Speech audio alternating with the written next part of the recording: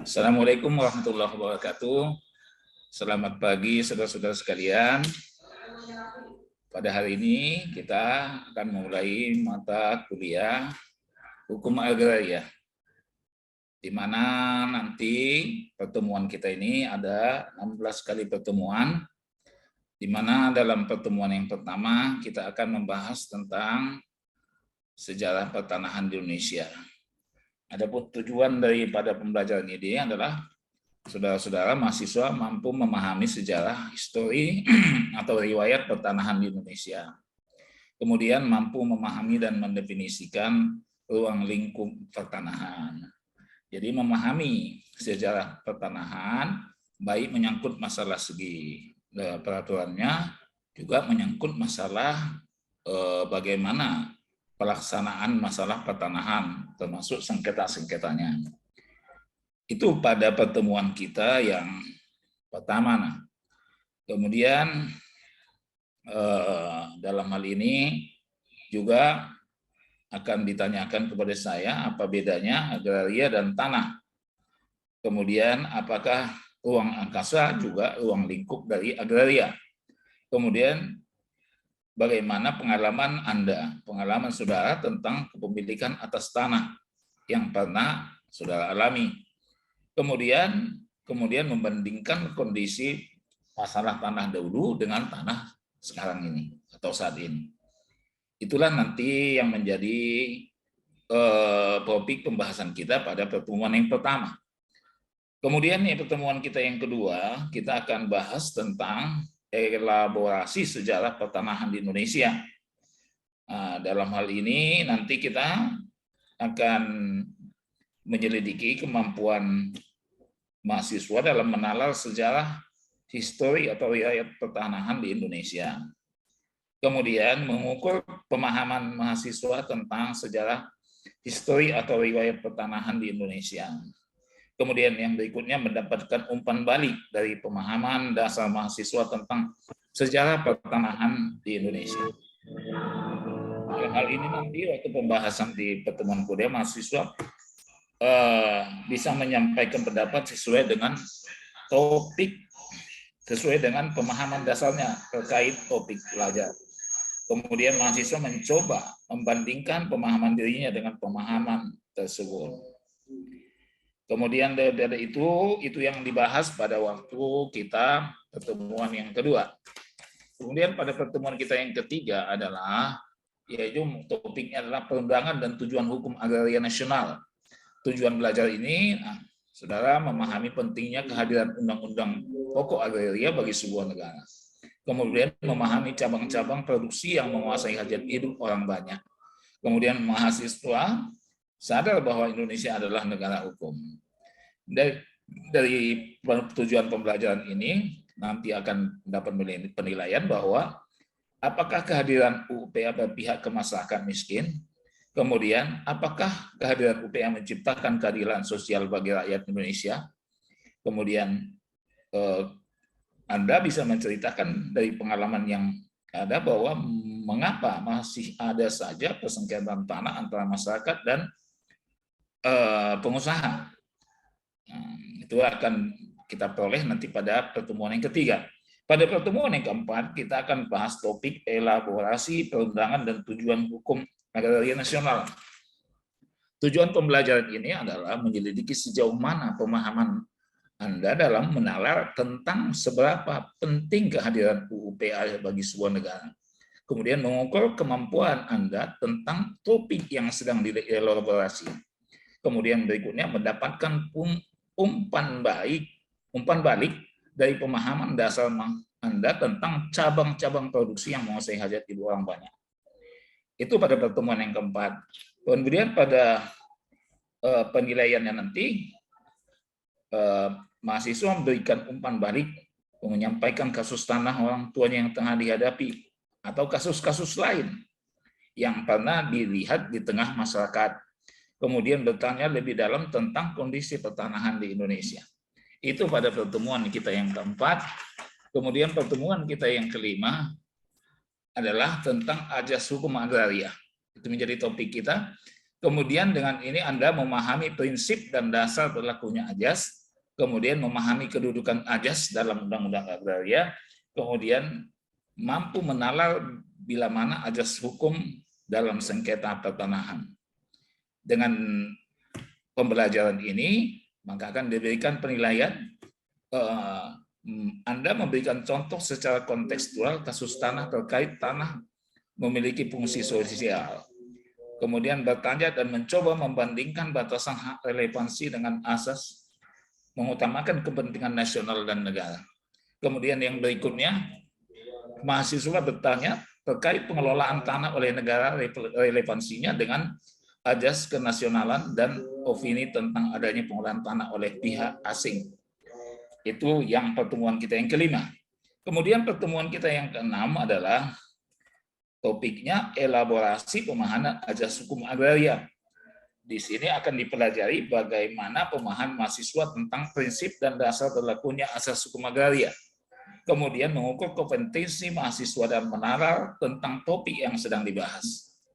Dengan ini, pelajaran ini akan diadakan penilaian, maka mahasiswa bertanya kritis bahwa asas tidak terlihat dalam hukum, meski ajas sangat fundamental dalam struktur peraturan perundang-undangan. Kemudian mahasiswa menunjukkan contoh nyata bahwa ketika terjadi kasus sengketa tanah, keberadaan ajas tidak menjadi alasan untuk utama dalam cenderung diabaikan. Itu pertemuan kita pada pertemuan yang ke-6. Pertemuan yang ke-7 kita akan bahas tentang hak-hak atas tanah. Dengan topik ini, kita harapkan mahasiswa memahami definisi hak, mahasiswa memahami klasifikasi hak tanah bersifat tetap dan hak tanah yang bersifat sementara. Kemudian mampu menalar bila mana hak dan peruntukan tanah diberikan sesuai peraturan dan kaidah hukum yang berlaku. Nanti kita adakan penilaian, mahasiswa bisa bertanya tentang perbedaan antara hak secara undang-undang dan hak bawaan. Kemudian mahasiswa memprovokasi dan menalar fakta dan kenyataan tentang bagaimana mekanisme perolehan hak atas tanah yang inkonstitusional yang sering terjadi di masyarakat. Itu pertemuan yang ke-7. Pada pertemuan yang ke-8, kita akan melaksanakan ujian tengah semester atau UTS. Dalam ini nanti kita akan melakukan penilaian sejauh mana pemahaman daripada mahasiswa tentang pertemuan kita yang pertama sampai dengan yang ke-7. Setelah itu kita akan masuk kepada pertemuan berikutnya, yaitu pertemuan ke-8, elaborasi pemahaman hak-hak atas tanah. Tujuan daripada belajar ini adalah menyelidiki pemahaman mahasiswa tentang definisi hak, kemudian mengukur kompetensi mahasiswa dalam menalar terkait klasifikasi hak tanah bersifat tetap dan tanah yang bersifat sementara. Kemudian dengan ini kita dapat menilai juga mahasiswa memparafrasekan kembali pernyataan dan tanggapan dari teman belajarnya. Mahasiswa memunculkan contoh-contoh hak atas tanah yang pernah diketahui oleh mahasiswa sebelumnya. Masalah-masalah pertanahan ini sebenarnya bisa langsung mengenai diri atau keluarga kita. Kemudian juga bisa kita lihat sengketa-sengketa yang sedang aktual di tengah masyarakat, baik melalui mass media atau media-media lainnya. Kemudian mahasiswa merelasikan antara hak penguasaan atas tanah dengan pengalaman di kehidupan nyatanya. Itu pertemuan kita pada yang ke-8. Pertemuan kita yang ke-9 adalah tentang topik sengketa tanah. Dengan ini kita akan menganalisa kasus sengketa tanah yang ada di YouTube, juga di sengketa-sengketa yang ada di tengah masyarakat. Kemudian juga bisa kita menganalisa sengketa tanah yang sudah merupakan jurisprudensi Mahkamah Agung, atau juga melalui kegiatan penelitian kita bila melaksanakan kasus sengketa tanah yang ada di pengadilan. Kemudian memahami proses penyelesaian perkara sengketa tanah. Dengan ini akan diadakan penilaian apakah mahasiswa menganalisis para pihak perkara yang dicermati lewat YouTube, mahasiswa menanggapi perkara terkait duduk perkara, kemudian mahasiswa menyimpulkan sementara perkara yang tengah terjadi suatu persidangan karena baru terbentuk, Kemudian pertemuan yang ke-10 kita akan bahas tentang elaborasi pemahaman sengketa tanah. Tujuannya adalah menyelidiki pemahaman analisis kasus sengketa tanah yang ada di YouTube, mass media, dan di pengadilan. Kemudian mengukur kompetensi mahasiswa dalam sebuah proses penyelesaian perkara sengketa tanah lewat analisis kasus. Kemudian dengan ini kita akan menilai apakah mahasiswa menolak fakta kebenaran kasus yang ditonton di YouTube sebab belum dapat dipahami secara utuh. Mahasiswa berpendapat bahwa pengalihan hak atas tanah tanpa sepengetahuan ahli waris adalah melawan hukum dan tidak dibenarkan oleh hukum. Mahasiswa menyatakan akan berhati-hati jika merumuskan kasus serupa seperti yang ada dalam YouTube. Pertemuan kita yang ke-11 mahasiswa adalah menyangkut topiknya belajar kelompok.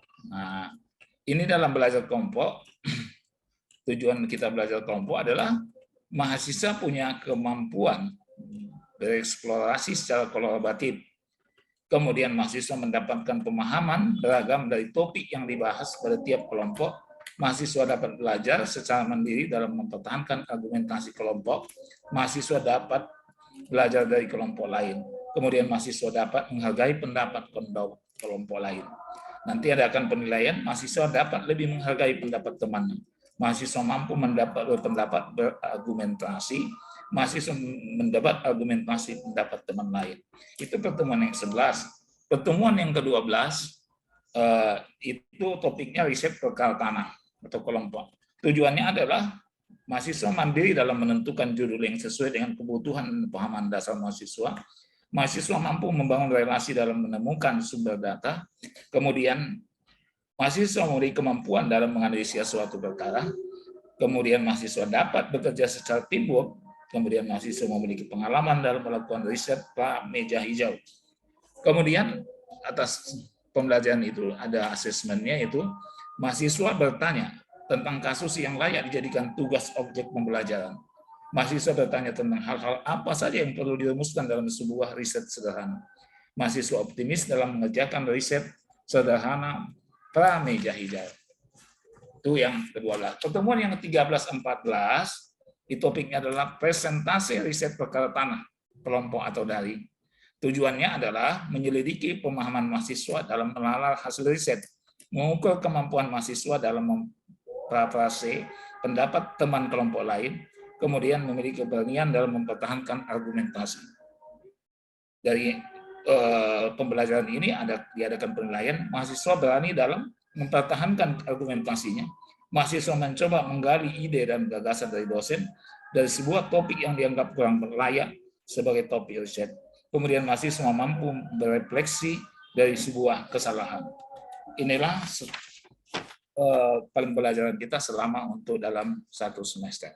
Mudah-mudahan ini bisa nanti kita bahas satu persatu dalam pertemuan-pertemuan selanjutnya.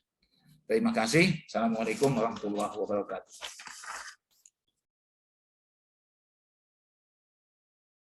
Baik, assalamualaikum warahmatullahi wabarakatuh. Pada hari ini kita akan masuk pada pembahasan kita di pertemuan pertama ini, yaitu menyangkut sejarah pertanahan di Indonesia. Dalam hal ini, kita akan masuk kepada pengertian agraria dan hukum agraria. Agraria berasal dari bahasa Latin agar yang berarti tanah, sebidang tanah, atau agrarius yang artinya perladangan, persawahan, pertanian. Hukum agraria adalah seperangkat peraturan yang mengatur mengenai bumi, air, dan ruang angkasa, termasuk perbuatan-perbuatan hukum di dalamnya dan ada akibat hukum dari perbuatan itu. Bahwa sebelum berlakunya Undang-Undang Pokok Agraria Nomor 5 Tahun 60, maka hukum tanah yang berlaku di Indonesia adalah hukum adat dan hukum barat, hukum perdata barat. Dalam hal ini BW. Namun setelah berlakunya Undang-Undang Pokok Agraria Nomor 5 Tahun 60, maka hukum adat dan hukum barat telah dihapus, sedangkan hukum barat yang dicabut adalah seluruh pasal 51 IS, termasuk ayat-ayat yang merupakan agraris right. Kemudian semua pernyataan domain dari pemerintah Hindia Belanda Kemudian peraturan mengenai hak agraris Eigendom, Statblad 1872 nomor 117 dan Statblad 1873 nomor 38. Kemudian pasal-pasal buku kedua Kitab Undang-Undang Hukum Perdata Indonesia, kecuali tentang ketentuan hipotek. Ini semua dicabut dengan berlakunya Undang-Undang Pokok Agraria. Kemudian dalam pasal 1 Undang-Undang Pokok Agraria dijelaskan bahwa seluruh wilayah Indonesia adalah kesatuan tanah air dan seluruh rakyat Indonesia yang bersatu sebagai bangsa Indonesia. Kemudian ayat 2, seluruh bumi, air, dan ruang angkasa termasuk kekayaan alam yang terkandung di dalamnya dalam wilayah Republik Indonesia sebagai karunia Tuhan Yang Maha Esa adalah bumi, air, dan ruang angkasa bangsa Indonesia dan merupakan kekayaan nasional. Dalam pasal 1 dijelaskan bahwa, dalam ayat 3 dijelaskan bahwa hubungan antara bangsa Indonesia dan bumi, air, serta ruang angkasa, termasuk dalam ayat 2 pasal ini adalah hubungan yang bersifat abadi. Dan ayat 4 dalam pengertian bumi selain permukaan bumi, termasuk pula tubuh bumi di bawahnya, serta yang berada di bawah air. Itu pengertian daripada bumi. Ini yang kelak menjadi pengertian kita yang disebut dengan tanah. Kemudian daripada itu dalam ayat 5 dijelaskan, dalam pengertian air dimaksud adalah perairan pedalaman ataupun laut wilayah Indonesia. Dan hubungan antara bangsa Indonesia dengan bumi, air, dan ruang angkasa dan kekayaan terkandung di dalamnya sebagai karunia dari Tuhan. Dengan demikian hubungan bangsa Indonesia adalah merupakan penjelasan dari sila pertama Pancasila. Ketepatan juga kita mempunyai doktrin wawasan Nusantara yang senada dengan tercantum dalam ayat 45 dan 66, sebaiknya ada pengertian yang sangat mendasar sekali. Dari pernyataan ayat 3 pasal 1 ini, maka kita telah mempertegas bahwa hubungan antara bangsa Indonesia dengan bumi, air, ruang angkasa dan kekayaan alam yang terkandung merupakan hubungan yang abadi. Artinya setelah kita menyatakan sebagai karunia Tuhan, maka hubungan ini tidak diberikan lagi kepada bangsa lain dengan bentuk apapun juga. Bahwa yang dimaksud dengan bumi selain di atas bumi, jadi di atas bumi yang tumbuh di bumi, yaitu hak-hak seperti yang tercantum dalam pasal 16, juga yang ditanam di bumi. Yang ditanam di bumi. Ini yang ditanam di bumi itu ya segala tumbuhan yang tumbuh di bumi, yaitu hak-hak penebangan hutan atas hutan yang dilarang dikelola oleh Kementerian Kehutanan, maupun hak yang terdapat di tubuh bumi. Ini dikenal kuasa pertambangan. Jadi dalam tubuh bumi itu ada kekayaan-kekayaan lagi, itu termasuk dalam pengertian bumi, yaitu izin untuk mengadakan pertambangan atau bahan-bahan galian dari bumi Indonesia yang dikelola oleh Kementerian Pertambangan dan Energi. Demikian pula pengertian air, dimaksud di sini ada perairan pedalaman. Karena bumi, air, dan ruang angkasa tadi kita katakan. Jadi pengertian air di sini adalah perairan pedalaman, termasuk di dalamnya seluruh wilayah sungai-sungai, danau-danau yang terdapat di seluruh wilayah Indonesia. Demikian pengertian air dimaksud adalah perairan pedalaman, termasuk di dalamnya seluruh sungai-sungai dan danau-danau yang terdapat dalam seluruh wilayah tanah air. Perairan lautan itu masuk juga dalam pengertian air. Kemudian bumi yang terdapat di bawah perairan, yaitu seluruh bagian dasar dan perairan kita maupun seluruh kekayaan yang terdapat dalam air dan bumi tersebut merupakan daerah teritorial Indonesia, sebagaimana yang juga terjawab di pernyataan wawasan Nusantara. Pengertian angkasa-angkasa yang terdapat di atas perairan dan angkasa yang terdapat di atas bumi Indonesia. Untuk menghilangkan keraguan, maka sesuai dengan pasal 33 ayat 3 Undang-Undang 45 disebutkan bahwa bumi, air, dan kekayaan alam yang terkandung di dalamnya dikuasai oleh negara dan dipergunakan sebagai satu kemakmuran rakyat. Kemudian daripada itu disebutkan bahwa dalam pasal 2 disebutkan bahwa hak menguasai negara itu yang bahwa artinya wewenang untuk menguasai untuk agraria itu diberikan kepada pemerintah. Tapi yang dimaksud di sini pemerintah adalah Badan Pertanahan Nasional yang dahulu adalah Dirjen Agraria. Kemudian yang dimaksud menguasai tanah itu adalah menyangkut masalah penggunaan, penguasaan dan pemilikan tanah, pengurusan hak atas tanah, pengukuran dan penataan tanah, dan lain sudah termasuk berdasarkan kebijaksanaan yang disiapkan oleh Presiden. Fungsi dari BPN adalah merumuskan kebijaksanaan dan perencanaan penggunaan tanah, merumuskan kebijakan dan perencanaan penggunaan pemilikan tanah, kemudian melaksanakan pengukuran pemetaan. Ini sebenarnya adalah perwujudan dari hak menguasai daripada negara. Negara bukan pemilik, tapi negara mengatur peruntukan penggunaan bumi, air, dan ruang angkasa. Dengan memperhatikan itu, maka Badan Pertanahan Nasional akan menghapus wewenang daripada Dirjen Agraria yang terbentuk dengan Kepres nomor 1584 dan Kepres nomor 1387, dan itu dinyatakan tidak berlaku lagi. Dan yang berlaku sekarang adalah Badan Pertanahan Nasional. Syukran katsira. Assalamualaikum warahmatullahi wabarakatuh.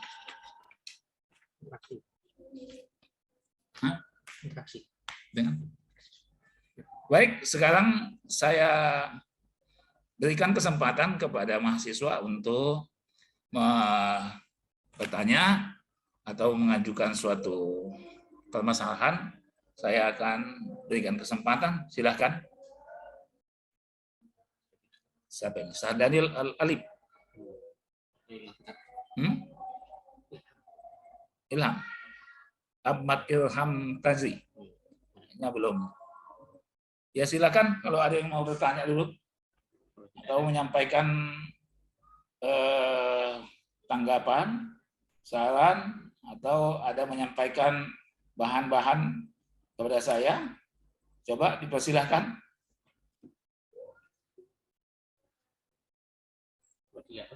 Kalau tidak ada, ya sampai di sini pertemuan kita. Kita tutup dengan Assalamualaikum warahmatullahi wabarakatuh.